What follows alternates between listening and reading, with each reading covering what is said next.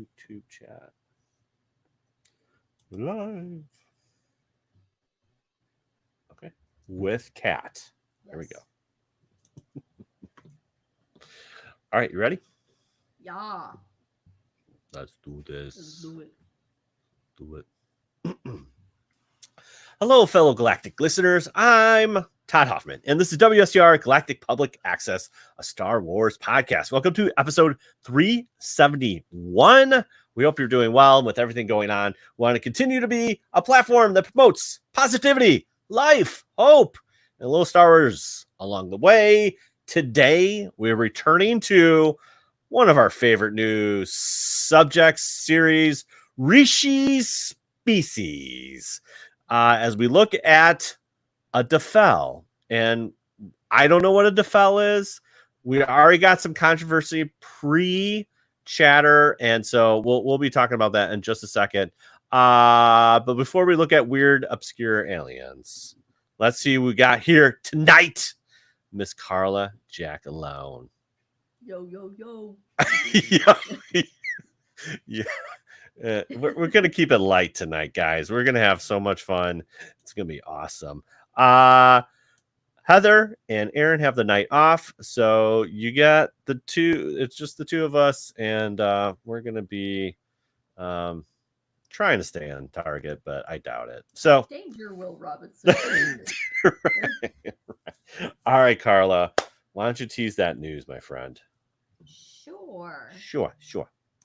All right. So my first little tease is bye bye, baby. Oh, bye. Bye, bye, bye, bye. You know that song from Deadpool. Excuse me. Then I have Show Your Flair. Flair. Gotta have Flair. And Deets, as in Deets. I got the deets. That's right. Hang tight. We'll share those deets in a little bit.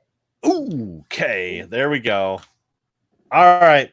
Without any further ado, let's jump into our main topic. All right, it's a thing. We already have controversy here, and as we start with our Rishi Species. Okay, so I thought it would be a good idea that we look at the cantina, start with the cantina. And so we started this a little bit ago. And so we're looking at all the New Hope cantina aliens. And I was like, okay, we can do this. There's probably 30, maybe even 40. Who knows? There's like 5 astronauts that are in the cantina that you don't even know. So many different things. It's just fascinating to me, the whole scene. And basically, if you're hiding on a rock or you haven't watched Star Wars in 40 years, they actually did 2 shoots because Lucas was like, he did not like how it turned out in England. And so they did another series of shots when they returned stateside and try to get a little bit more money. But the fun thing is they just grabbed masks. They just grabbed all these masks and like, we got to make more characters. You just want it more fuller, It looked a little drab and bare bones. And again, it's probably one of the most iconic scenes in Star Wars. The music, it's great. It's great. Even if you don't know Star Wars, you know that scene. Right. And I know we covered John Williams music a couple times, and it's the Cantina Band song is like the most popular song. Under Dual Fates, it's like number 2, basically. It's a banger. Yeah, it's a banger. And basically, so what that means is like an original trilogy, it's actually Cantina. It's a Cantina beat. They call it Jizz. I don't know. That's what they're playing, but whatever. That's the story for a different day. But regardless of the music, there is so many cool creatures. Okay. Yes. Right. So I thought, hey, let's talk through some of the creatures we see right off the bat. Now, we're just talking about them before the show. We are looking at the species called Defel. Okay. But what's a Defel? What's a Defel? Well, let me tell you, it's a wolf man. It's a wolf man. The werewolf. But we have another species in Star Wars that has a little popularity, a little bit more popular in Defel, but we'll go through that in a second. But it's got a funny name. It's you gotta be careful here. Shistavanian. Shistavanen. Shistavanen. Okay, these I know for a fact in the Gendy Clone Wars there was a Shistavanen Jedi, and then I think in Skeleton Crew, in the little preview we saw at D23, there was a Shistavanian as one of the one wolf dude. I think you're right, because in the Wikipedia appearances, yes, Skeleton Crew is officially listed. Ooh-wee. All right. So, good eye. But what I'm talking about here is we're trying to talk about Defel, and I feel like the Shistavanian is like getting a little bit more popular thing. So, let me pull this up on Wikipedia. I mean, and I think I got to share my screen here because this guy's mug is it's the best. It really is the best.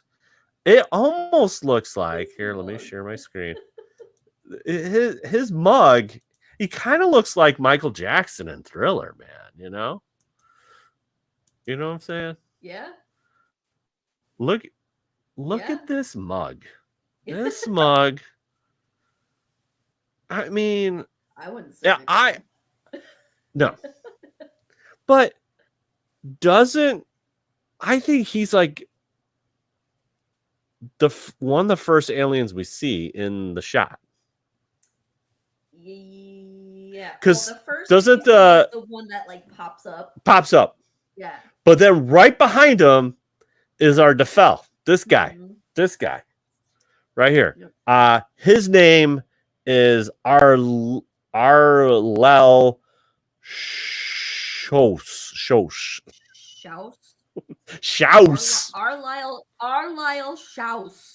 Arlyle Shouts. What's with like these like heavily like German, Austrian? Yeah, right. Know? That's the Shouts over there. Go over there, see that Shouts. So I feel like actually we might do a little double feature because we got to talk about the Shistavanian compared to the Defel. But let's yeah. So anyways, I just love this face. This face is like the best. Okay. So let's see what the old Wikipedia says. Okay. Their ability, okay. A sentient species. Check. Whose members have the ability to become almost invisible by bending light around themselves. What? Okay, here we go. What? He's doing a little John Cena. You can't see me, baby. Shortly before the Battle of Yavin, Defel named Arleel Shouts was a patron of Chalmun's Spaceport Cantina. When Luke Skywalker and Obi-Wan arrived in the search for a transport to Alderaan. We know the story, guys. We know what's going on. Galtz Umbra was a Defel mercenary who worked with Chelly Afra until she was killed and skinned by Magna Tolvan. Skinned? What are we? Who's writing this stuff? Yeah. Okay. So sentient, hair color brown, eye color black or red. Obviously, in the shot, he's red. Distinction, ability to absorb visible light. Oh my gosh. Okay. Let's see what we have. Okay. Sharp teeth, two elongated ears, and they were pointed upwards. They had two sexes. That's good. Maybe some Star Wars species have more. I don't know. Male and female. They have the ability to bend light around themselves to become particularly invisible. Elderly Defel, however, tend to lose that ability. They might need a little pick me up at the, after they hit 50 or something. I don't know. Defel had a good sense of smell, being able to be able to scent at least a molecule of blood from 6 miles away, Carla. A molecule. Do y'all know? Like, can y'all comprehend how small that is? Not a drop. Not a drop. A molecule. Literally the building blocks of like everything in the universe. Right. That's pretty wild. Oh, I love this last sentence. They could feast on sentient species, but prefer the meat liquefied. I swear, this stuff can't be real. Yeah. Maybe that's what he was at the bar. He was getting a blood smoothie. He's like, hey, yo, what's up? Blood milkshakes, thanks. What would be your Star Wars name for the blood milkshake? Ooh. Like you have the, I don't know. Like the fuzzy tauntaun. Mm-hmm. Like, I would think like almost like a Night Sister brood or something, Yeah. Something, I don't know. I'm trying to think of other, because aren't those like the one guy that's smoking the little pipe, the little hookah? Yeah. He's like a vampire or something. I think he's like some kind of weird vampire guy. We'll cover him later too. Okay. So our boy, our Leal shouts, was a male Defel fortune hunter, not a bounty hunter, fortune hunter. What do you think the difference between that is? He just wants that dough. Strictly. He just only money. He's not trying to track people down. He's just He's wheeling and dealing. Yeah, I think our boy Watto is a fortune hunter. Yeah, exactly. Yep. Yeah. So he's at the cantina. Oh yeah. So they talk. Yeah, hired by. Yeah. Okay. There's not much about our boy Arleal and Shoush. Okay. Here's all the appearances that they have. Okay. So okay. There's some High Republic stuff here. High Republic Tales of Light and Life appears in a hologram, picture only, and in the audio book. Okay, appears in a hologram. Okay, so those are two emphases in the High Republic. Star Wars Adventures, Return of Vader Castle, number 4. Obi-Wan 2 in flashbacks. Okay. Obi-Wan 2. What is that? Obi-Wan 2? Is he talk? I'm clicking on this link. Sorry, clicking. I'm already on a tangent. Is that a comic book or something? Yeah. Oh, yeah. It is a comic book. Oh, hey, check this out. This is pretty cool. It's right on the cover. I'm sharing.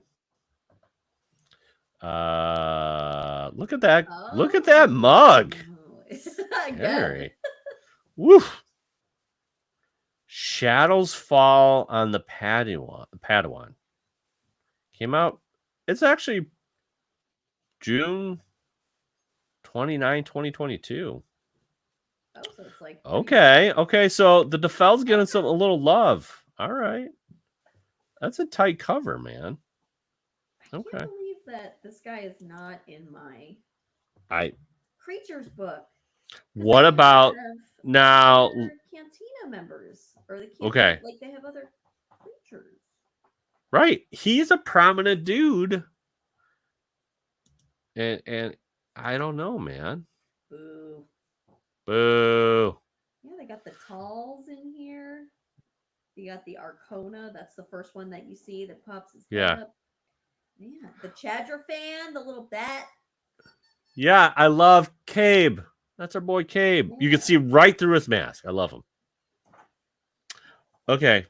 This is so now I'm switching gears to our Leo shouts and what Wikipedia says. So he's drinking in the cantina with a bounty hunter called Bask Waska Kardask. Say that 5 times fast. Waska Kardask. I don't. Sought the astromech droid 261 and established it. And again, later in the year, when the moisture farmer Luke Skywalker and Jedi Obi-Wan, we know that. On a later occasion, he sat with patrons Hem Dazin, Bon Vinden, and Pons Limbrick in Backhorn Bacchus. Okay, is one of the back rooms before moving to share a jigger of Merenzian gold with patrons Ketwal and Kardusa Malik. Due to his age, Schaus was losing the ability to bend light around his body and virtually disappear. He was getting to that age, Carla. Can't do the trick. Can't do the trick anymore. Yeah.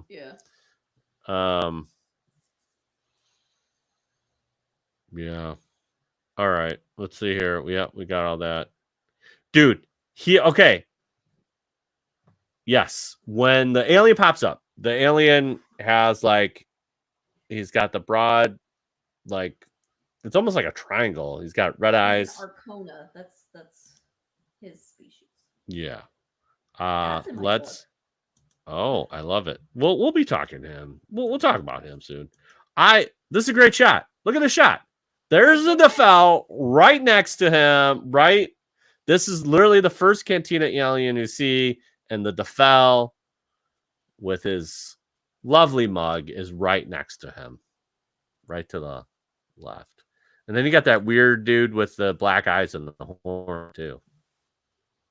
I think he's in There's so many great. What's that? The guy to the right, I think he's in this alien book too. Yeah. It's all of them except for the Defel. And maybe they were like, you know what? This is too basic.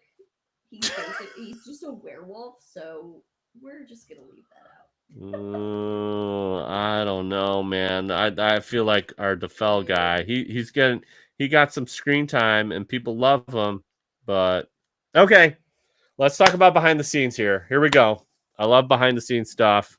All right, this creature mask is designed by Rick Baker. If you don't know who Rick Baker is, he's a legend in Hollywood. We made it from a commercial. Okay, who made it from a commercial werewolf Halloween mask he had designed. Perfect. An unaltered version of the mask is used for the character Lack Savark. But for shouts, Baker chopped the mask face up, added ears, and fabricated with glowing eyeballs. Now, hold on one second. Let me look at this. Goodness. Oh my god. Oh my Lanta. We have 2 Defels that I didn't even know. But see, here's the thing. This is where I'm confused. Okay. I looked up this guy. Lack Savarek, right? Yeah. He's our shit Stevanian guy. Oh. See, I was right. All right, so let me show you this shot here. Again, I'm sorry we're podcasting. That's why I got a live stream here, but this is it. You can look this up in Wikipedia. Look at that. Look at that. What's the difference here? Is it the glowing red? It's like that meme. Corporate wants you to identify the differences in these photos. They're saying. All right. I think. Well, now that I'm looking at it, his ears are different. And his face is different too. Yes. So this guy's got more of skin, whereas the Defel is just fur. He's a fur body. Yeah. He's a furry. Oh God. Anyways, okay. So the shit Stevanian, the ears are more on the side, like an actual dog, I guess, a wolf. Yeah. Where the Defel is more up, more. Does it say? Because it says the Shistavanen word clicking it. bipeds. Is the Defel a biped or are they a quadruped?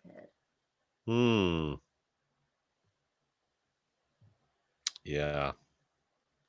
Okay. Broad paws, glowing yellow, or red eyes.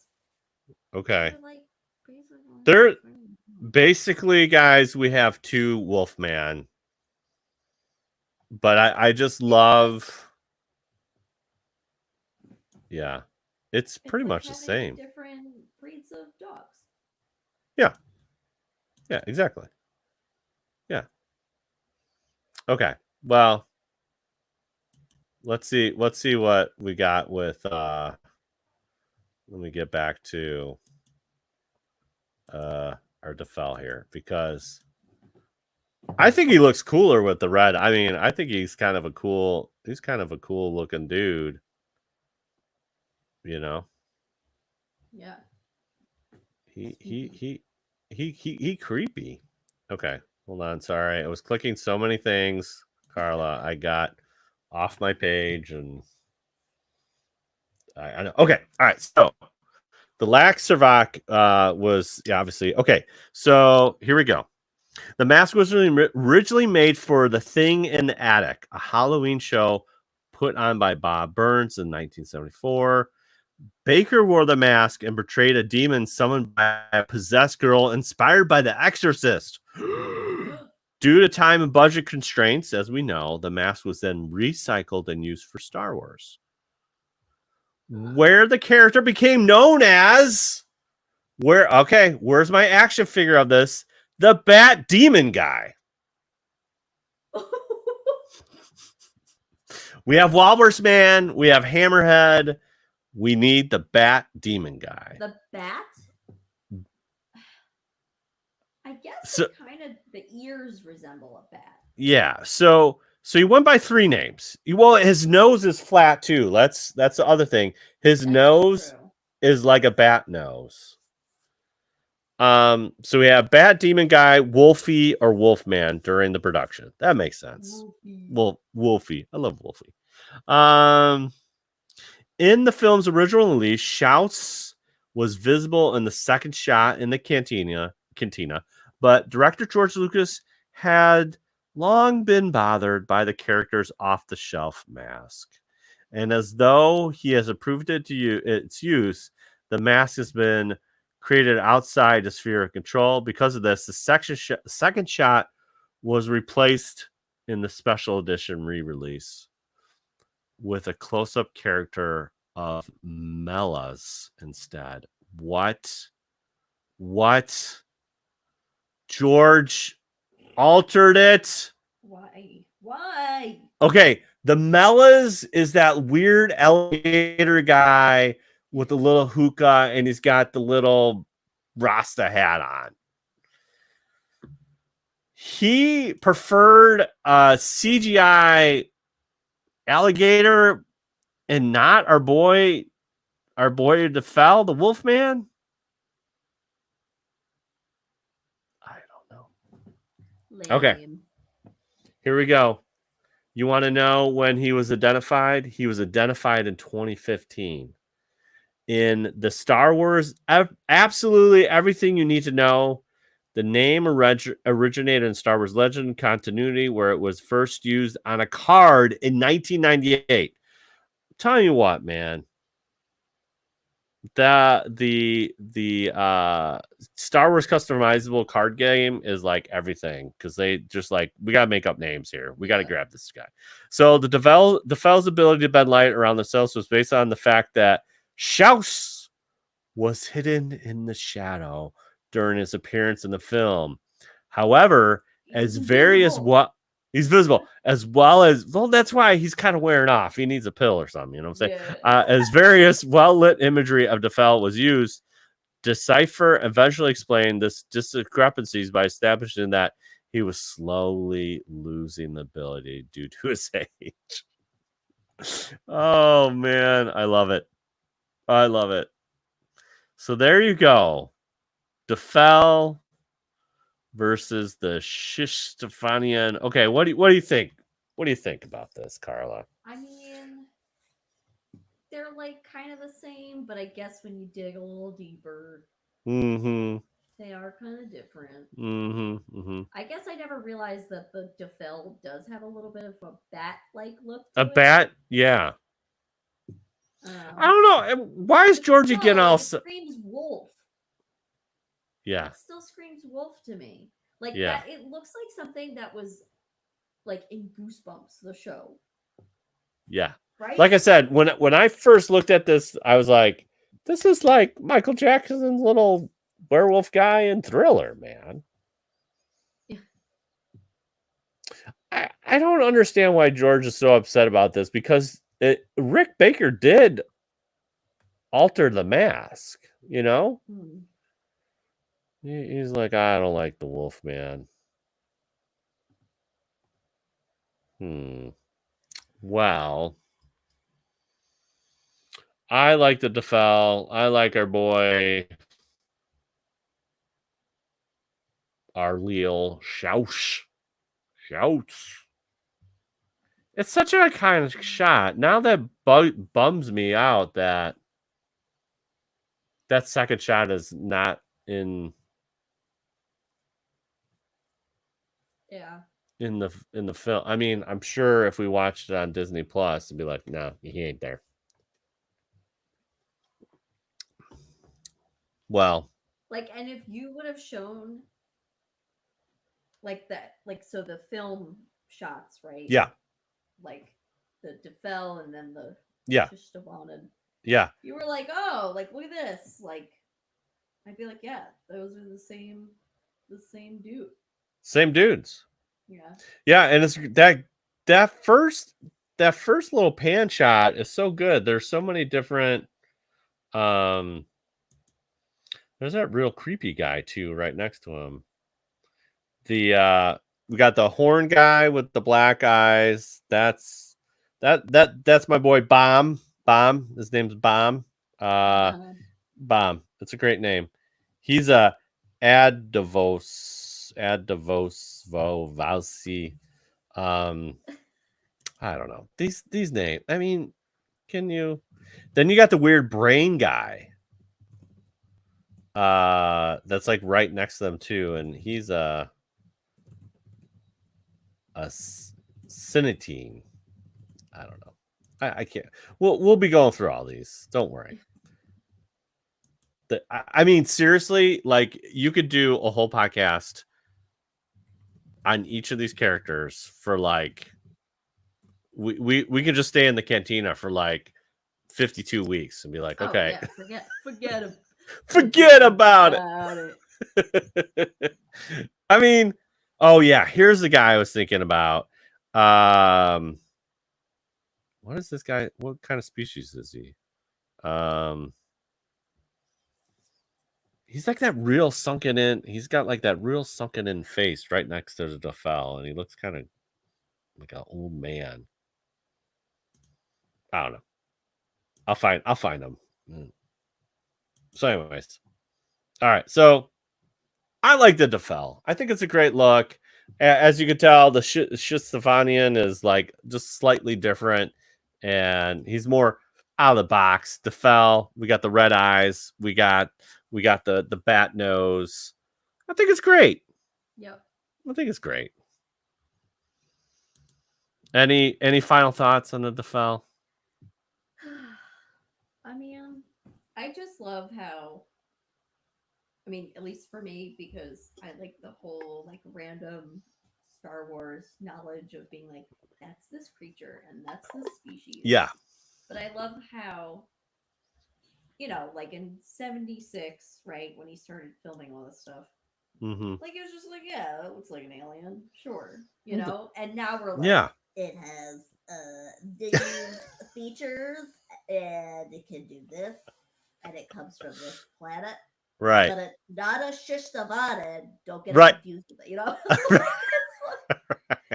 I thought there was only one. I really thought when I was looking at this, I'm like, all right, we're gonna talk about the Wolfman, And I was like, oh, it's a Shitsavania. And I was like, this one is a Defel. I'm like, oh man, Yeah. this is controversial here.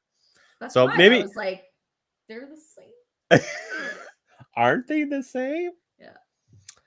So It's like let's that get Ortega commercial for the was it like the tacos, right? uh-huh. Where the little girl's like, why not both? Yes, I say you got to have a Defel and a Shitsavanian. I mean, it would be that's a great buddy cop movie, just Yeah. like, yeah.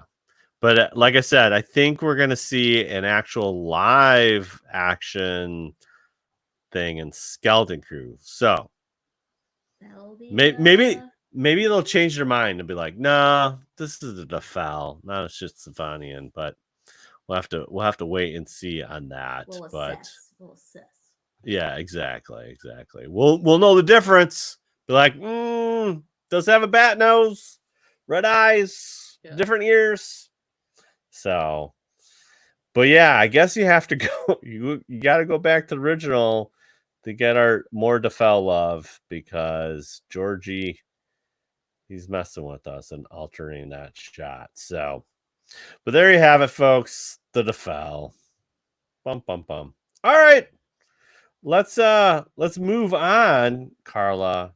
Let's move on to the news of the week. Okie dokie, artichoke, as Heather said last week. There we go. Keep it alive. Heather, we're channeling. Yes, Channeling you tonight. if channel your inner Heather and say okie dokie artichoke. Yes. Okay. So first up, deadline.com. Uh-oh. Oh, people. Here we go. Are we ready? Yeah, I wanted to really talk about this. Yeah, this is a little stale. This news is slightly stale. It's last week, but I would we had hard argue that it's okay. Still Fresh. It's still going. I mean, okay. Let's put it this way. For some people, it's still fresh, okay? Okay. Yeah. Okay. All right. Deadline.com. Yes. The Acolyte canceled. No season 2 for Disney Plus Star Wars series. I had what? Yeah. So this bomb was dropped a little over a week ago. Yeah, August 19th. Okay. I think it was it Variety first that dropped the news? No. Or was it No. This is exclusive. Deadline. Okay. So they were the trailblazer for this, and then everybody followed. So the story of the Acolyte will not continue, with Lucasfilm opting not to proceed with a second season. Word of the decision comes more than a month after the 8-episode first season of the series wrapped. Yeah. Yes. It's not the news is not entirely surprising. The show did okay with critics, 78% on Rotten Tomatoes, but divided Star Wars fans, shocker, which is reflected in its overall viewership. Okay. So the launch with the first 2 episodes got 4.8 million views on the first day, and was the biggest series premiere on Disney Plus this year. It rose to 11.1 million globally after 5 days. So it's gaining steam. Yes. Right. And it made its debut on Nielsen's Top 10 Originals chart in its premiere week at number 7, climbing to number 6 the following week. Okay. So it's on the rise. Then it could not sustain the momentum, dropping out of the top 10 in week 3 and staying off before returning at number 10 after the release of the finale.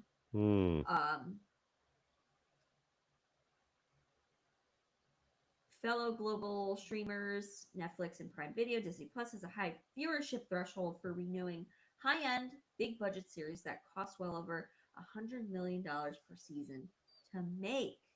Jeez. So apparently Leslie Hetland pitched Mm-hmm. her ideas for a second season. Lucasfilm said thanks, but no thanks. Thanks. Yeah. All right, Carla. What we got? What we got here? I mean, are we surprised? What was that? Were we surprised? No. I wasn't, to be quite honest. Yeah. I don't know, man. Like, it's just a lot to, because you have, I feel like Star Wars has become so polarized, right? Right. You're either on Yes. this end or you're Yes. on this end. Or Yes. there's a very small amount of people that are like kind of like in the Yeah. middle. And I feel like that's where I'm at in this camp. Like I try to stay more in the middle. Like yeah. I'm not a Disney shill. I don't like everything I see. I wanna form my own opinion. And But here's the yes. thing, Todd. Mm-hmm. That's okay.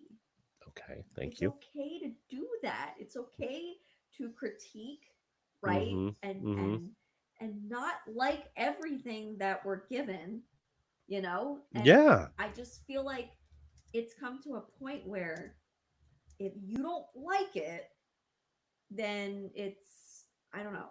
People Yeah. start Like you're almost labeling you as certain things. It's like that literally has nothing to do with anything that I think about the show. Although so that's the other camp though, yeah. right? Because those people do exist, and I'm not saying that those people don't exist. Right. And they do suck as a group of people, Yeah. like they suck, right? Mm-hmm. Because it's like, come on, get your head out of your ass. Excuse my language, but Oh. yeah, like just I don't know, because there are the people that make the racist, you know, Right. xenophobic, like all those Yeah. comments that it's Oh. just like, just again, they suck. Just stop. Just Mm-hmm. stop.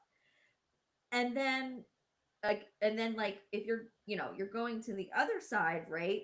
Who is the opposite of that, but it's like the people in the middle who are like, I don't like the show because of like these very like concrete reasons Yeah. that have nothing to do with any of that, the Right. actors, Not right? right. The Yeah. It's characters. kind of exactly. You don't have to attack the actors. We're attacking.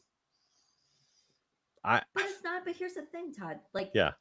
it shouldn't be labeled as attacking. It's forming an opinion, right? A critique as a viewer, as a fan of Yep. something that we've liked for so long. Right. And I don't like this new thing where it's like, if you don't like it, then you're not a fan. You're Or not a Star Wars fan. how dare you talk bad about, something new in Star Wars? And I'm not saying we shouldn't have new ideas and new stories, but like No. it, No. and this is my opinion. I And again, like for the people who liked it, I'm sorry that it got canceled if you really liked it. Like, right. this is a bummer for them.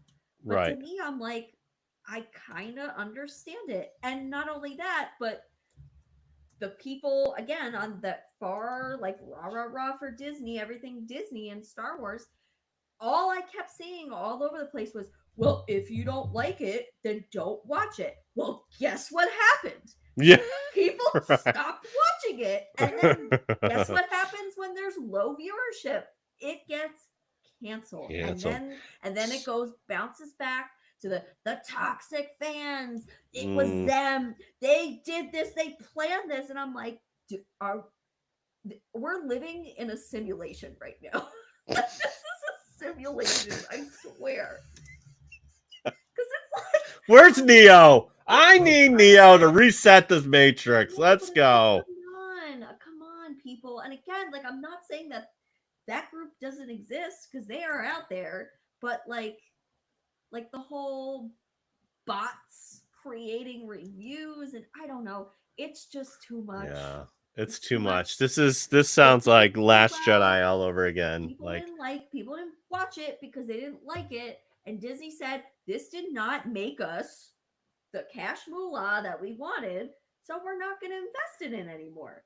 Right. Which is a logical thing. It has nothing. It's logical. I don't think it has anything to do with all of these like crazy, just like the toxic, like I don't know, like it just. I'm like, yeah. So let's. What we're spending our time on. I think so, but so I just did a quick Google and I said, what are the numbers behind the Acolyte? And it said $630,000 per minute. Really? That's insane. Like, how can the show cost this much money? Like, what are we doing wrong? Is that more than because is Game of Thrones still the highest? Or did like Mandalorian or something beat it? Yeah, Game of Thrones. Like, what's the highest budgeted TV show ever made? Okay, here we go. Highest budgeted TV show.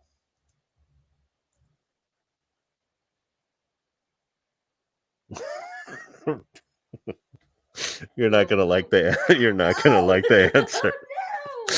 No. Is it the Acolyte? No. Oh, no. Even better. Lord of the Rings: Ring of Power.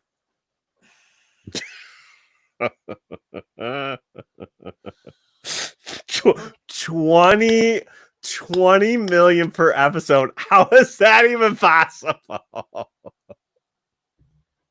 We'll get to that. Carla, here's my pitch. I'd be like, look at Lucasfilm. If you give me 20 million per episode, I will make bangers. I mean, that is so much money. Well, Amazon has it. Yeah, I know they have it. I know. But yeah, okay. So we have that. We have that little news too, and then this was just published 4 days ago from Forbes. There's a petition, and they got 40,000 signatures. There's a like change.org thing. A change.org thing. Yeah, like one of those, like you said, it's like a petition. Yeah, it's petition. Or GoFundMe or something like that. Yeah. And again, it's like people. Even let's look. Even their next goal is 50,000, right? Like, even if you got 50,000 people to say, that's not enough for in a Disney's mind. There's no way to Disney. Like, I don't think so. Yeah, I'm kind of like, this is again. Are we living in a simulation? Because it's too much. Yeah. It's too much. Uh-huh. And then what makes me angry about the whole situation is that, again, you can't talk bad about it because then you're like excommunicated as a human being on the planet. Like, that's how extreme it gets. Yeah. It's like, people, it's like, I'm not saying that Star Wars isn't important. I know it means a lot to people. Mm-hmm. I understand why people are upset, but like, at the end of the day, it's a TV show. There will be plenty more to come. It ain't going anywhere. No, right? It ain't going anywhere. You're right. Anywhere. It's here to stay. Unfortunately, it's like COVID. It's here to stay. It ain't going anywhere. It ain't going anywhere. Yeah. Yeah. But I don't know. We gotta just relax and let people have their opinions without being jerks. Right, like on both sides, like being on both sides, like. Yeah, but like, if you're just making, well, you can't really call it objective, right? Because all of this is subjective. All of it is subjective. But the objectivity comes from viewership. Like if we, again, you when we look at movies, we always look at ticket sales, like, and that has always been the Hollywood, like how many butts are in the seats, and if it's sustainable, that means that people are going back and watching it again, because like of all the millions of people that are out there, there's a select few that are going to the movies and they're spending their hard-earned cash, and that is what Hollywood gauges viewership. In the streaming business, it's a little tricky. It is a little tricky, but really what it kind of boils down is almost 2 minutes watched, So like we got to see how many times how many times this is like actually people watching this, and that can help kind of sway it one way or another. But like at the end of the day, like you said, there is, if people are not watching it, they stopped after 3 because 3 was just horrible, but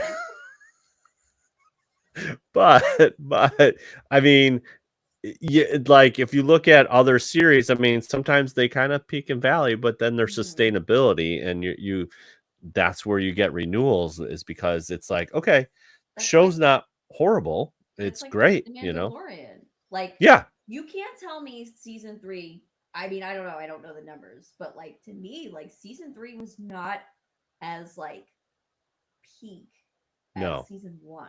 No. Now again, I don't know what the numbers are. Right. But right. It's a little less. That's the thing. That's the real tricky thing with these streaming things. It's somewhat hidden behind the wall of we don't know, where box office, it's just this is what it is, and studios actually want to promote that, to say this is a very successful movie. I mean, again, our Deadpool and Wolverine is the highest grossing R-rated film of all time. Yep. And you know why? Because it's a great movie and you should just go and laugh and have a great time. And that's why people go back to see it, right? Yeah. So the fact that you have low viewership, I mean, even you think about like films, yeah, or like TV shows that have been out for a while, right? Like I always wonder, like you think about, okay, like The Sopranos, right? Game of Thrones, Breaking Bad. Breaking Bad, yes. What's what's that? I've never seen it. Oh, what's that show? That HBO show? Oh, True Blood? No. It's the one with John Hamm in it. Mad Men. Mad Men. Yes. Like that one. There's like a few on this Sex in the City. Like, that the shows have been out, right, for now like long 10 time years or something. Yeah. But like, a long time. How many people still watch them? Like I'm geared up to do a Game of Thrones rewatch because House of the Dragon has me all fired up. So fired up. I'm like, fired up like a dragon. Like Breaking Bad, like fantastic. Yeah. The Sopranos, fantastic. Like, and then the movies, right? Like, so, and I might be, I know I'm biased here, people, but I'm just saying, Lord of the Rings, okay? Yes. This was maybe, I don't know, like 5-ish years ago. I remember they would do like the theater showing, right, of it, right? Yeah. And first it was just the theatrical cut. Right. It's like, okay, like fine. Fine, I'll go. I guess I'll go see the theater cut. It was on the big screen. And then they did the extended. It was over like a few weeks. They did like Fellowship 1 week, then Two Towers, then Return of the King. Right. Now, I feel like it's a yearly thing. I always see an advertisement for it. Lord of the Rings extended version, marathon, or like, a week by week showing, right, every year. Why? Because people love it, and it Right. still makes money. It still makes money. Right. Exactly. I'm just, you don't, and like not just Lord of the Rings, like they show a bunch of other movies that people will Mm-hmm. flock to see, And if you really think about it too, which is very interesting, and I think this speaks volumes to the movie, is that they could watch this at home. Exactly. Before, obviously, a lot of times slower release schedule, had to wait for Blockbuster to cover it or whatever, but sometimes you couldn't see these films. The only way to see these films is in theater. Now, in our digital age, pretty much you can watch any film at any time. You have accessibility to that, but yet I have probably 3 or 4 versions of Lord of the Rings, but Trent and I went to see the extended version. It was fantastic. And guess what? There was plenty of people in the movie theater. My theater was packed. Yep. Like, I think almost every seat was taken. And that got me emotional before we started. Carla was getting the pre-tier works. No, I was literally crying before it even started. I love it. I love it. I love it. I love it. I think you're. Did they do it for your at your theater? They had like the little homage to the little memorial thing for Bernard Hill. I think so. Yes. It was like a little because he had just passed away around that time. Yes. Yes, they did. Yes. To his acting. To his, yes. Long live the king. Yes, they did have that little part. Crying before the damn movie even started. We ride together. Oh gosh. And then having to watch him in it, he's perfect. He's perfect. Perfect. I digress. Anyway, yeah. So all right. Yeah, I don't that's like that is my soapbox about this whole bit because again, I'm not attacking the actors. I'm not attacking actually how it was executed because basically it's what's the samurai movie? Ryan Johnson did it too for Last Shotty. Basically, you see a couple different perspectives and then you find out the truth, right? And I'm okay with the little mystery thing. Unfortunately, they didn't give us an option. Like I knew right away. I'm like, oh, it's this whatever the stranger guy. I'm like, that's him. It's him. I know it's him. It was there was no mystery to it. And again, you look at the writing of Andor versus this, it is lights out different. And I always look at Breaking Bad as like my litmus test because Breaking Bad is so well written. There's so much, like every episode you're just like, I need to watch the next one. Mm-hmm. And I would say again, early Game of Thrones, that is the same thing. You needed to watch that next episode. Like you just like, I gotta watch this, Yeah. I think that's very telling in the streaming world too. Like I can't wait to see this next episode, Yeah. And especially with Disney and their weekly releases, I think it's great. It helps sustain the show and you get people talking. Unfortunately, if people are divided by that also plays into the fact of what is going to happen that next week. If everybody's saying this is awesome, I'm going to tell you what, it's just like the movies. If people said, hey, what did you do this weekend? And you're like, I saw Deadpool and Wolverine. You have to go see it. People are like, oh, okay. And then, that's how it works. If people are like, did you see The Acolyte with, did you like it? Or what were we, what were they doing? I don't know. Yeah. I don't know. I don't know, And so people are like not engaging with that. I look at Andor. If you look at all the current, the Mandalorian season 1 and Andor season 1 are so phenomenal. It is so good. And part of that, it's Andor is so good. It's just so good. Yeah. And I think it's the writing. It's not the visuals. It's not the actors. It the literally comes is production. fantastic. Disney is sparing no expense on making sure that these things look great. And again, if you're spending $680,000 per episode, okay, get it. But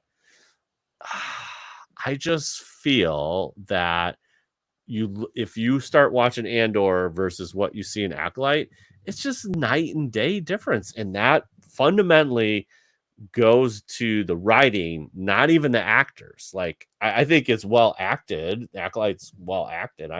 No problem, except for Karen Jedi, bald girl, whatever. I didn't like her. But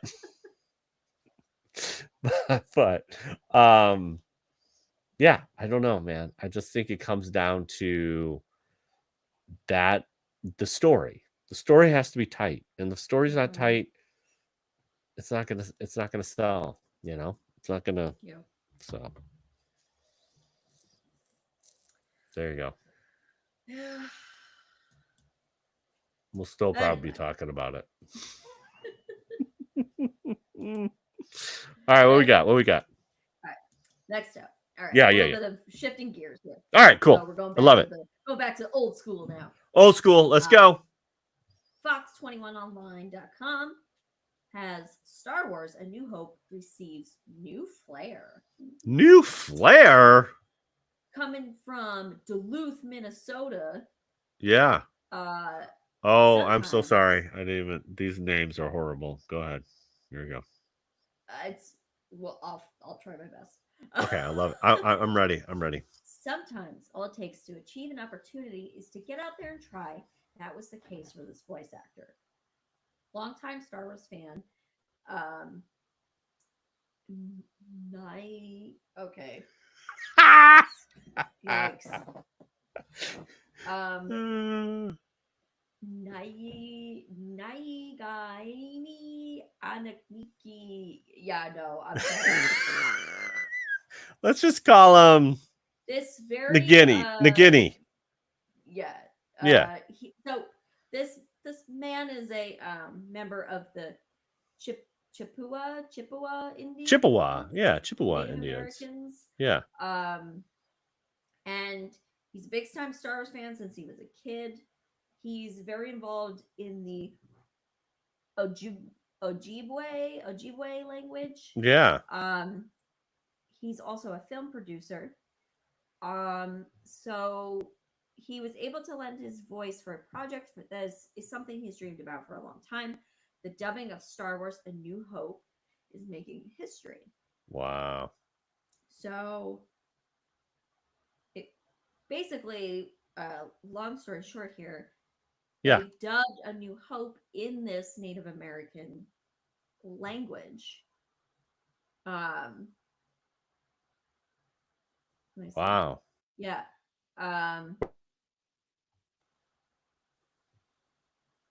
So he auditioned. He sent in his recordings, and he got an email asking to audition live over Zoom. Love it. And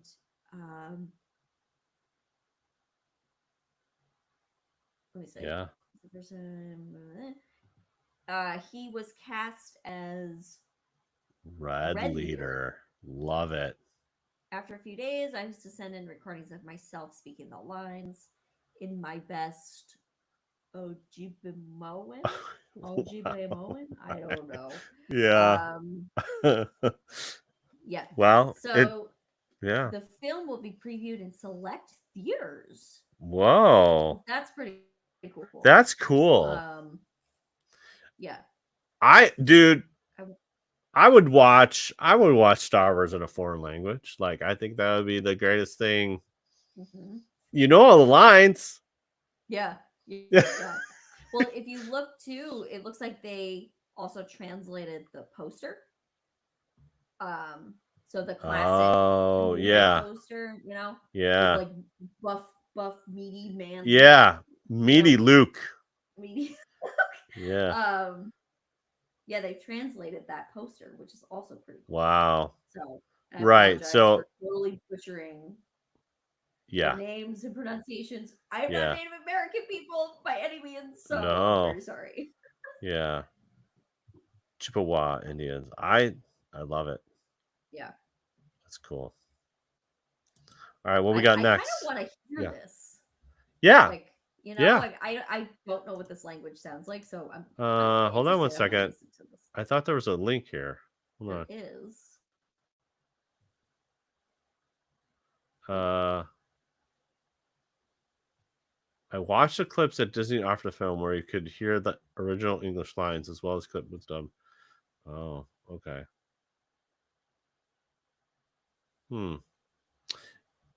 It would be interested. I guess we would have to look up what Abji. Jeez, it's so hard. Yeah, I'm sure you can Yeah. YouTube this. Yeah, or yeah, there's yeah. clips. Hey, man, there's Google Translate. We could figure it out. You know, be That's like, true. right? Google Translate has like everything now. Yeah, They I even know. have like they just added different dialects now too. What? Like, for example, like Italian, right? Yeah. People just Yeah. think Italian. Italian. Well, if you go to Sicily, Right. it There's sounds very northern. different from mainland Italian language, like completely different. So now you can go on Google and like translate into different dialects of language, which is pretty awesome. Yeah. That's cool. Yeah. I'm doing a quick look. Yeah, they don't have this one. Because he says I did my best Abji Bawemwan. And I don't see this in here, but I don't know if that means. Yeah, I would be very interested. It sounds like it's not a very well-known language. I don't know.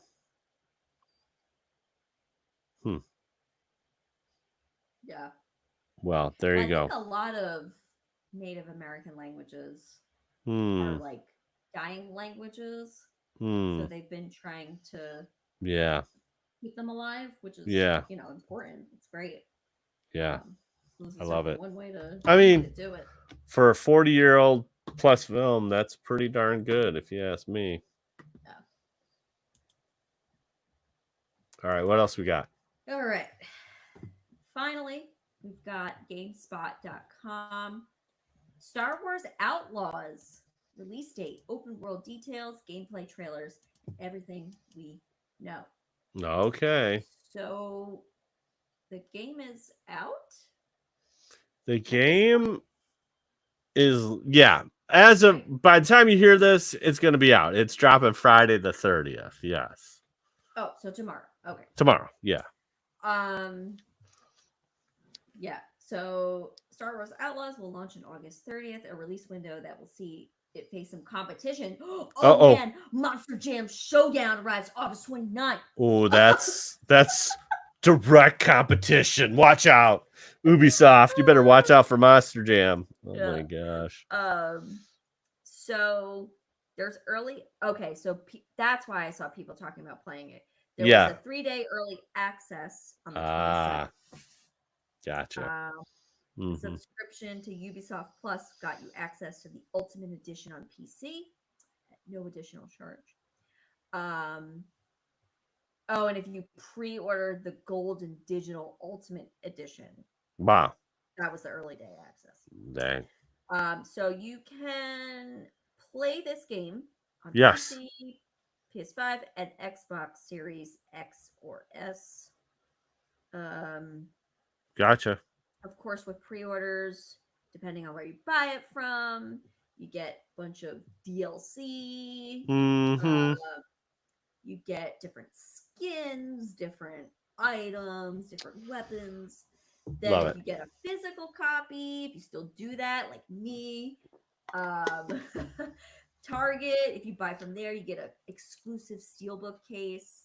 Ooh. Yeah. Amazon has extra in-game content, and GameStop, they're still around, has a different exclusive version with its own set of in-game costumes. Oh boy. Crazy. Crazy, crazy, crazy. So, All right. so this is So basically an um, open world Star Wars game. You play a yeah. scoundrel named Kay Vess. She's basically a runaway. She's on the most wanted list. And you Oh get no. to explore different planets, trying to start a new life. Of course, that comes with some hardships of fighting, stealing, Yeah. making her way through Deadly Galaxy. Of course, the Empire's involved. Um, and this is Mm-hmm. set between the events of The Empire Strikes Back and Return of the Jedi, which is pretty interesting. I feel like we haven't had too much in this timeline. Um, Yeah. maybe I'm I'm excited for this, man. I think this is I gonna be. haven't pre-ordered it because Hmm. let me see what people say first, Yeah. um, and then I'll maybe give it a go. Like I wasn't gonna do the whole like 89 dollars pre-order. Right. Like you know, I don't Yeah. care about the extra hubbub. Yeah. It's fine. Yeah. Um, Yeah. I didn't pre-order this one either. I was like, yeah. yeah. So, But I think I'm um, gonna pick it up. I think I'm gonna pick this up. it looks very, it looks cool. It looks cool. It Now, looks cool. my whole thing is like when they say it's the first open world Star Wars game, Hmm. meaning like when I think open world, I think like Skyrim. Yeah. Is that what that means? You know? So when you look at something like even Jedi Fallen Order, or Jedi Survivor, I mean, it's it's a fine line because it is still that's still kind of open world-ish, I think what when you but it's contained, like it's Yes. more Yes. contained.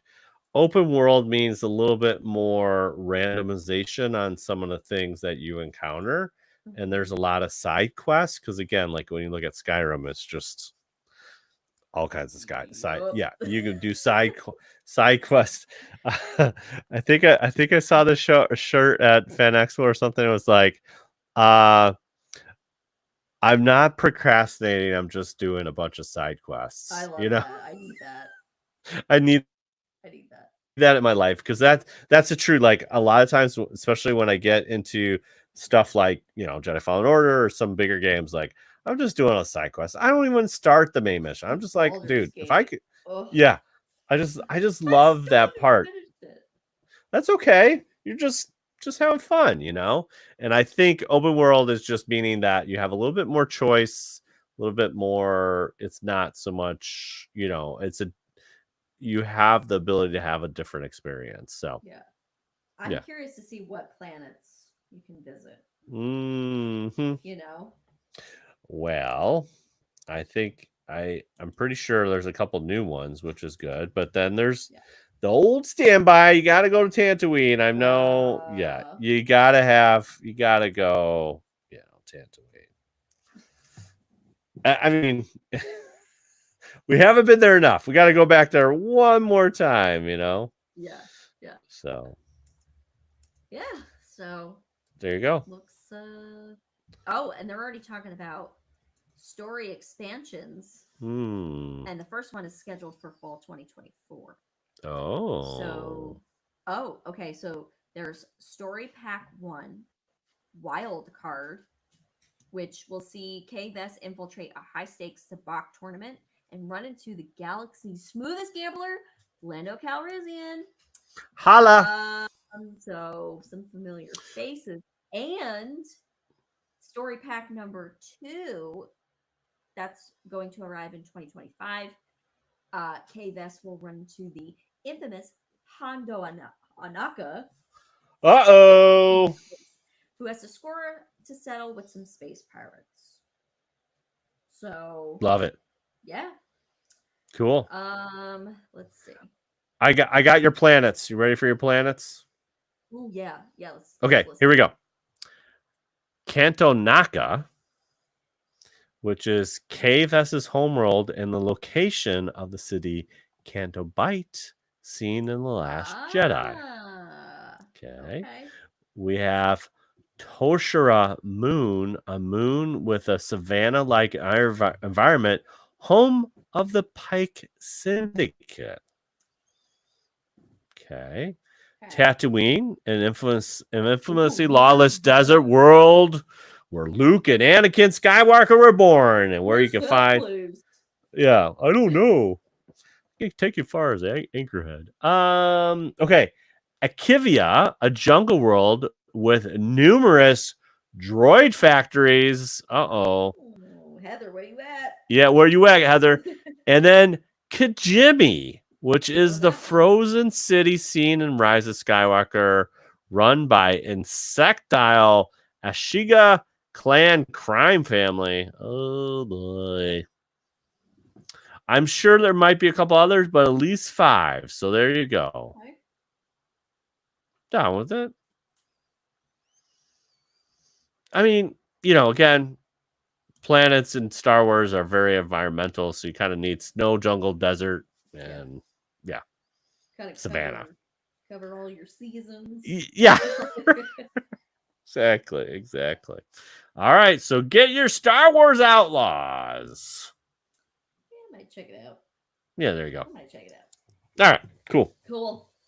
And All right, that's all the news.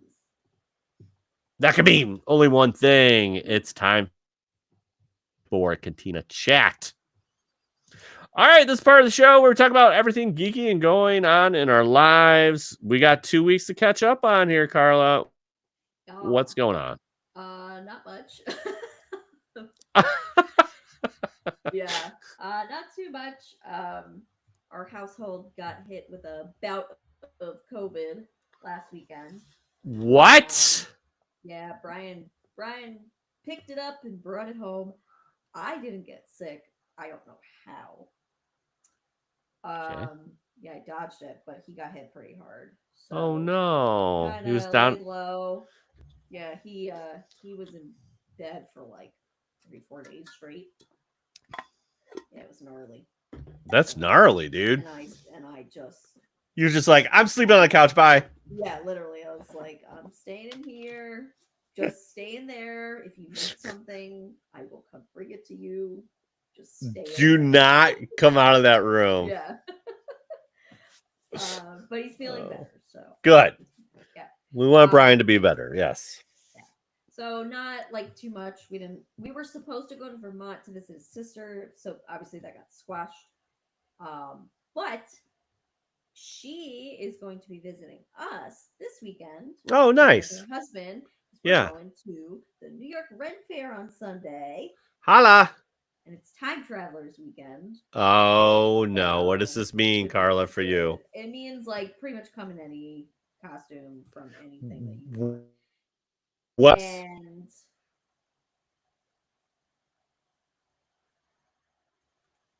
what was that? I said, what are you going to dress up as? Oh, so at first I was like, "Ooh, I might wear my Critical Role costume." Right? Because it's Critical Role because it's D&D. Like Yeah. there is a whole like Ren Fair kind of like culture that exists with Yeah. critters. That's what we're called, critters.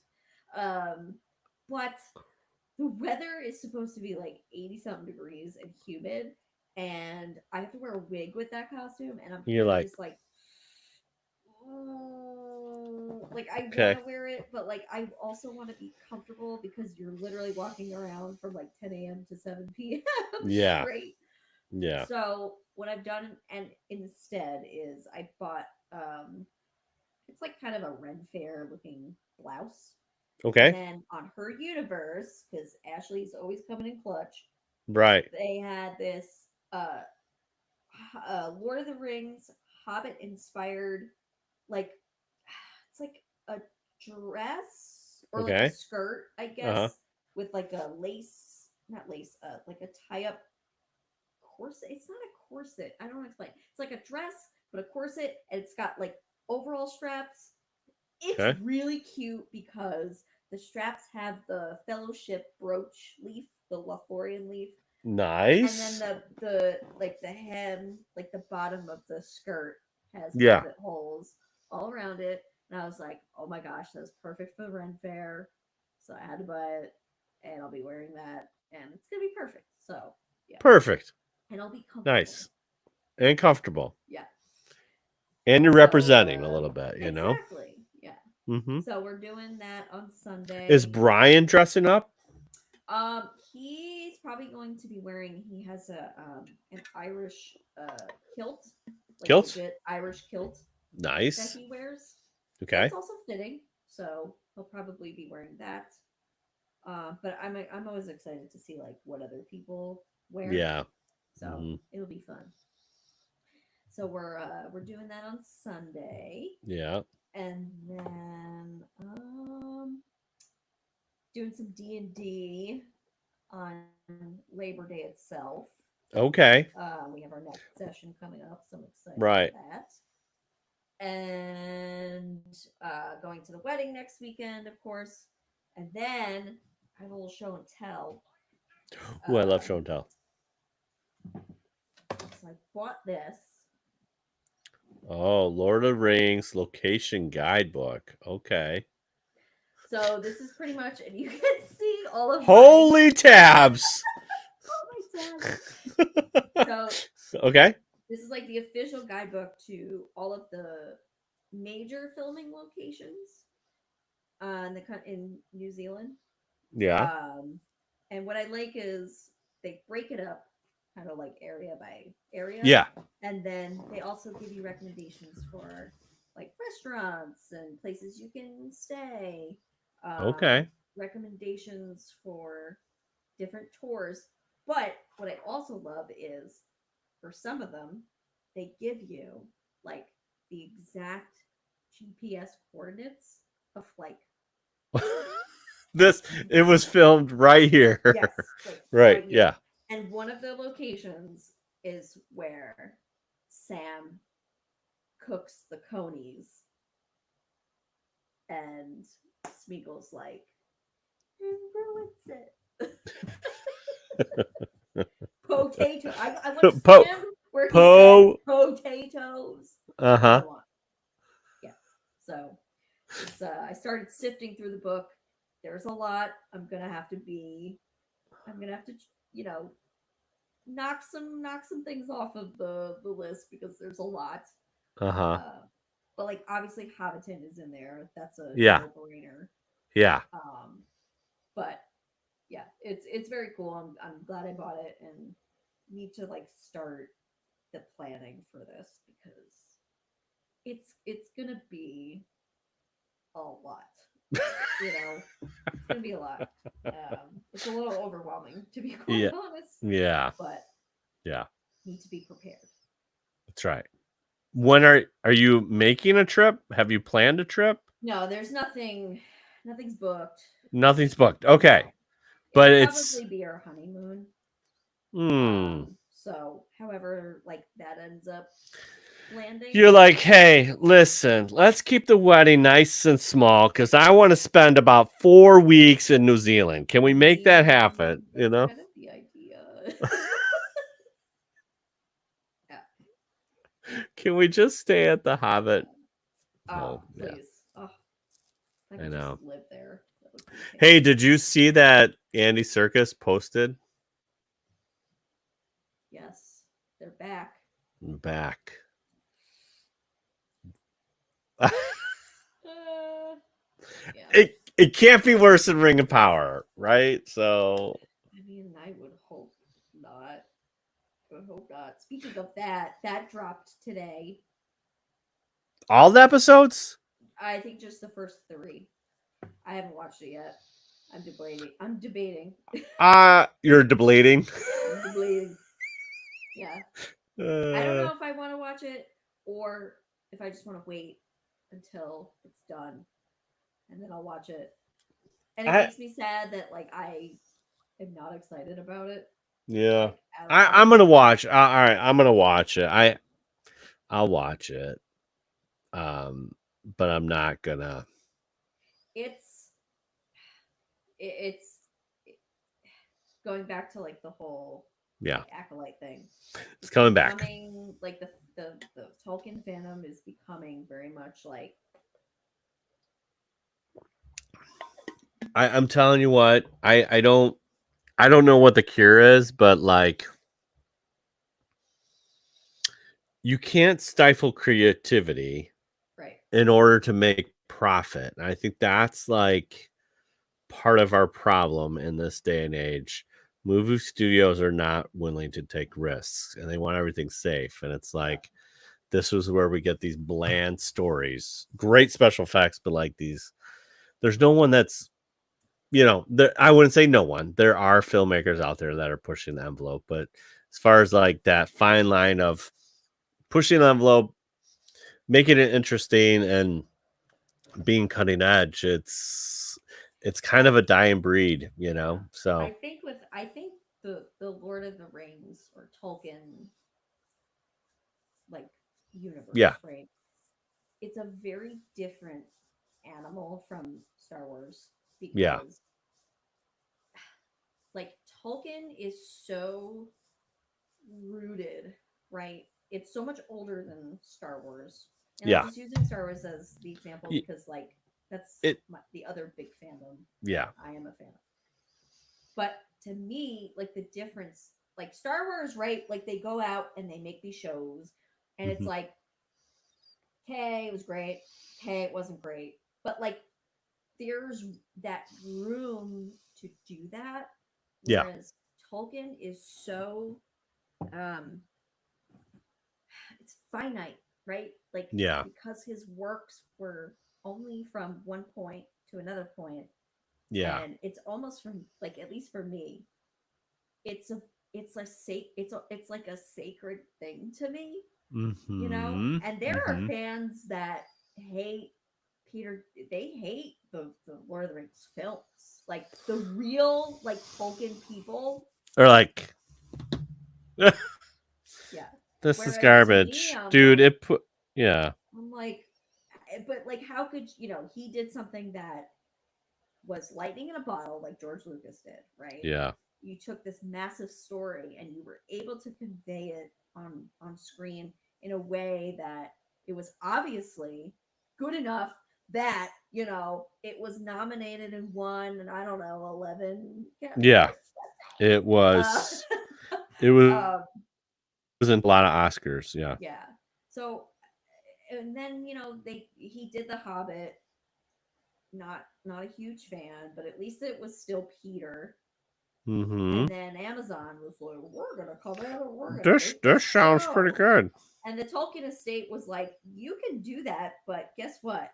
You can't like you can't I know. directly like adapt to screen. You can take I think they basically said you can pull from the index of the book, The of the book. but you cannot do a like straight up adaptation of the Silmarillion because that's what this covers is that part of time. And again, it's just like it is to me. It's like someone went on their what was that back in the day? Their live journal and is writing a fan fiction of what they think, Yeah. you know. And people are like, but we're learning about the backstory of Sauron, and I'm like, this is not how it happened. This is not what's going It's on. not how it happened. Yeah, I am like a little bit of a snob when it comes to Tolkien. But Yeah, again, it's just I don't it's know. To fine. me, it's just so special. It's a sacred thing, I know. and I just can't. I don't know. I can't. Just can't get into the show. It's just I know. too. It's just too It's too much. much. It's Like too just much. no. I Like know. no. Like Galadriel being this whole like commander of an and I'm just like She literally has 2 sentences in the book. And that doesn't like it doesn't take away from her at all because she is this like really cool, like all powerful elf, right? Like we know that. Yeah. Okay. Yeah. Sorry. I'll probably like reluctantly like I will You're gonna watch it, but are you I'm gonna just gonna hate be watch it, rolling or my what are you gonna do? yeah, I'm just gonna roll my eyes the whole time. It's like, actually, yeah, Because I no. watched the first season, I'm like, okay, I'll give this a try. But here's the thing, it evoked no emotion in me. That's that. I was like, if this gets me emotional, fine. Yeah. Yeah. Maybe. Yeah. Maybe there was like one part. Maybe the whole thing with Gandalf, right? Because we know that's Gandalf. Duh. Who else would it be, right? That got me a little emotional, but like not to the level where I was like, okay, yes. Yeah. So Okay. Okay. Yeah. What else there? Just cast it into the fire, destroy it. That's what I say. Oh my gosh! Anything else? I think that's it. That's it. For me, that's it. Yes. Yeah. Sorry, long rants tonight. I'm just fired up. Fired up. I'm fired up. Yeah. I'm fired up. Passionate. Yes. That's fine. I'm good with passion. It's great. It's fine. Okay. So Trent and I are doing MCU rewatch, and we're doing it in ultimate chronological timeline. So we're like going through it, and because he wants to watch some of the shows too. So I'm like, all right, well, let's so we're kind of doing it from essentially not the release order, but the chronological order of the MCU timeline. Gotcha. So yeah, so it's kind of cool because he hasn't seen them all, so it's kind of a nice little thing. And so yeah, we've been doing that, which has been fun. This last day, it was kind of his last week of school, or before school started on Wednesday. So school started yesterday, and so we went to Galloping Ghost on Monday, which is our big arcade here, and they have like a bazillion of arcade machines. So we've been there a couple times. It's one of our favorite places. So we got to play a bunch of video games. We beat this it was like Alien versus Predator fighter game, and we beat the whole thing. And he's like, "This is the best." I'm like, "Yeah, welcome to Carpet Tunnel and all that stuff." I mean, most of those games, it was like if we tried to, it would have cost us like $20 to beat because they're so cheap. But yeah, it was super fun. We had a great time then. And then the previous weekend, we went to the Fan Expo, Chicago, and so it was weird. The Friday was like later. It was like started at 4 or something, which is kind of weird. It was like a 4 to 10 thing. And so we couldn't make Friday because he had his band thing, but we went Saturday, Sunday. It was good. It was very crowded. Saturday, it was so crowded, and then the AC was like, nope, we're not doing anything. It was so hot in there, dude. It was talk about nerd sweat. It was bad, dude. It was just so many people, but we had fun. And Trent almost passed out, which was great. We had we had the parade. He's like, "Dad, I'll do the parade." And so he was at Jawa, but it was so hot. And yeah, he's like, "Dad, I'm gonna pass out." I'm like, just doesn't breathe. No. Even with air conditioner, you're sweating. Yeah, no, I got him a little like one of those net fans because he saw that one of the guys do that. I was like, yeah, we can totally do this. He's like, Dad, I'm still hot. I can't do it. So yeah, so it was fun though. We had a good time. And then yesterday, I did this thing with my dad. So my dad's a Army vet. He served in Vietnam, and we did this thing called Honor Flight Chicago, which is basically it's like a volunteer organization, but they fly the veterans to Washington, D.C.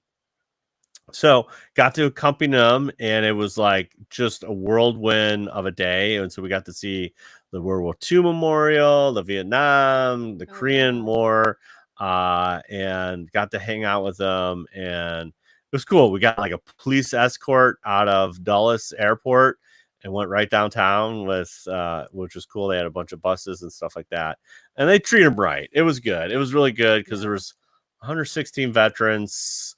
Most of them Vietnam, a couple Korean War guys, and one girl. She was a nurse in Vietnam, which was cool.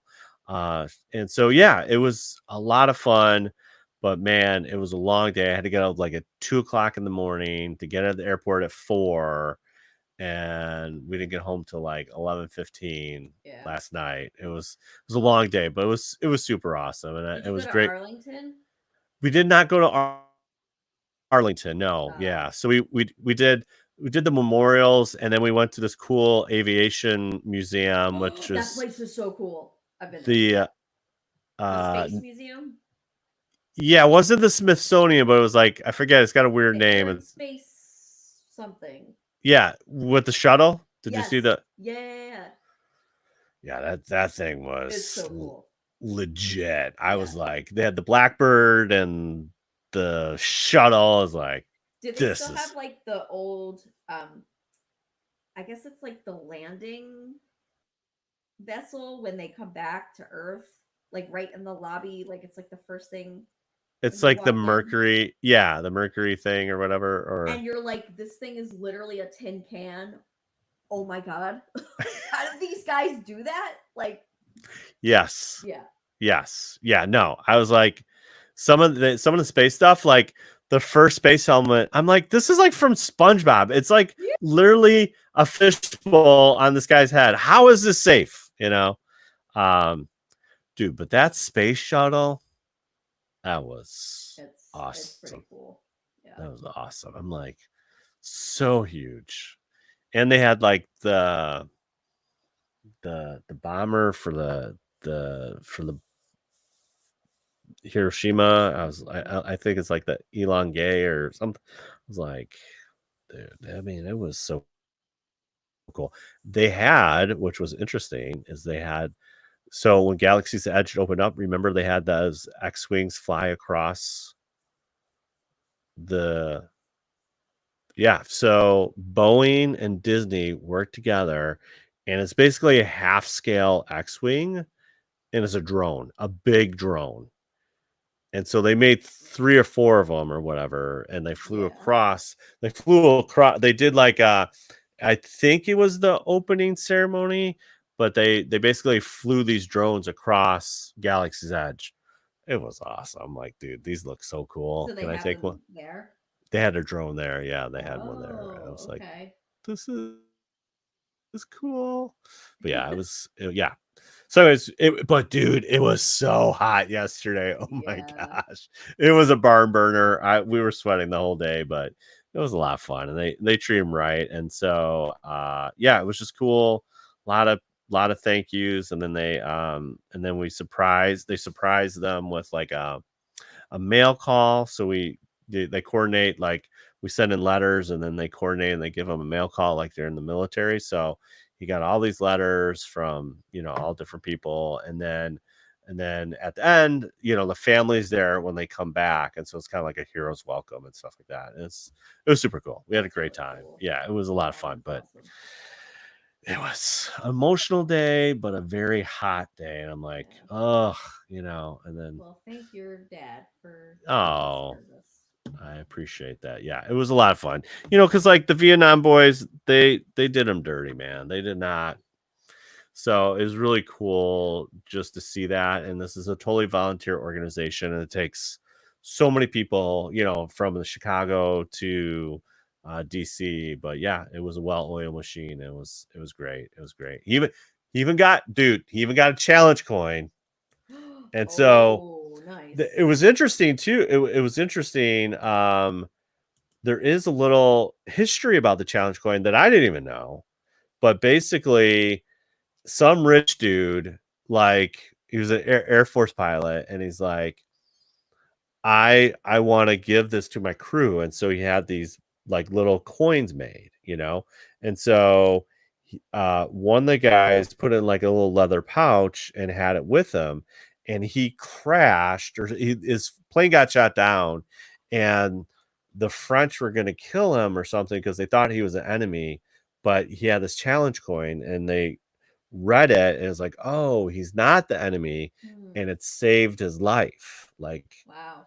And so that's where the kind of challenge, like you have to, like if you don't have it, that's where people have to buy a drink, like that's kind of where it came from. Cause like without that challenge coin, like they challenged him who he was. And it came out like, yeah, this is actually him, like this is actually, I was like, oh, very interesting. I'm like, whipping that out the next time yeah. Coins checks me. Yeah, like yeah. So that's where.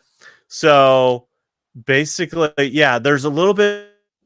Memory's a little fuzzy, but basically, that's where the kind of buy you a drink type thing comes from. Is like just validating who you are with that challenge coin. I was like, I just thought this was like a 501st thing or something. Yeah, right. Like some stupid game. Like yeah, no. It's like. No, it's history, people. So yeah, but actually, first challenge coin was actually in the military. I'm like, oh my gosh, this is great. So yeah, but anyways, it was a lot of fun, and yeah, it was really. Thank you all the vets that was a cool thing. They've flown over 11,000 vets to DC since they started. I was like, yeah, so they do like one a month. It was great. So it's something that like I just saw how impactful it was. I was like, yeah, I might want to volunteer for this because it was really, really cool. So, but that is it. Okay, I guess we got to end this thing. So thanks again for listening to another episode of WSTR Galactic Public Access. You know where to find us on the socials. Hey, we want to hear from you. So comment, tweet, rate us on Apple Podcasts. Give us a 5-star review on the old Spotify. You can find a back catalog of episodes at podcast.wstrmedia.com. We got the merch, store.wstrmedia.com. And if you want to support us in a different way, go to patreon.com/WSTRmedia. Thanks for hanging out in the YouTube chat. We go live Thursdays at 8:30-ish Central Time. Yeah, we have a lot of fun. So thanks for hanging out. And livestream.wstrmedia.com is where you can do that. Hey, if you want us to interview someone, you got a show idea, you want to vent like Carla and I did about the Acolyte or Ring of Power, drop us your salty reviews at mailbox@wstr.com. If you want to defend like the Defel and just be like, man, we need more Defels in Star Wars, drop that at mailbox@wstrmedia.com. Or you can leave us a voicemail, 630-557-9787. Love to hear from you. We can play that in an upcoming episode. Oh, we talked about this in this episode. We're going to go to the Mandalorian, and we're going to be looking at the creatures that are featured in the Mandalorian. Now, I know the Mandalorian's not done, but we have to. We're looking at. We did all the films. Now we need to look at the TV shows, and so we're going to start off with the Mandalorian. There's quite a few beasties in here, so I'm sure we can definitely have more than one creature featured in the Mandalorian. There's a lot. So you will not want to miss that. All right, Carla, there's only one way to end this episode. Now, this is podcasting. Go howl at the mule. Like, werewolves of London. And